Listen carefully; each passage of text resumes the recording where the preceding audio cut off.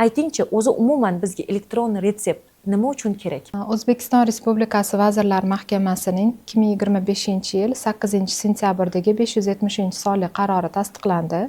Unga ko'ra 2025-yilning 10-dekabridan boshlab Toshkent shahri hamda tajriba sinov loyihasi amalga oshiriladigan 15 ta hudud tanlab olindi.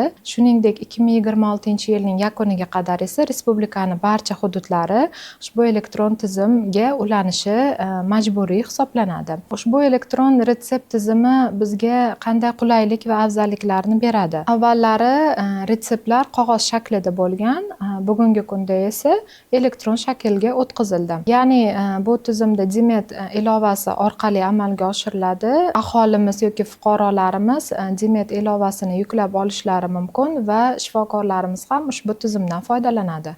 Ushbu tizimning afzalliklari quyidagilardan iborat. Ushbu tizim orqali har bir bemorning kasallik tarixi saqlanib qoladi.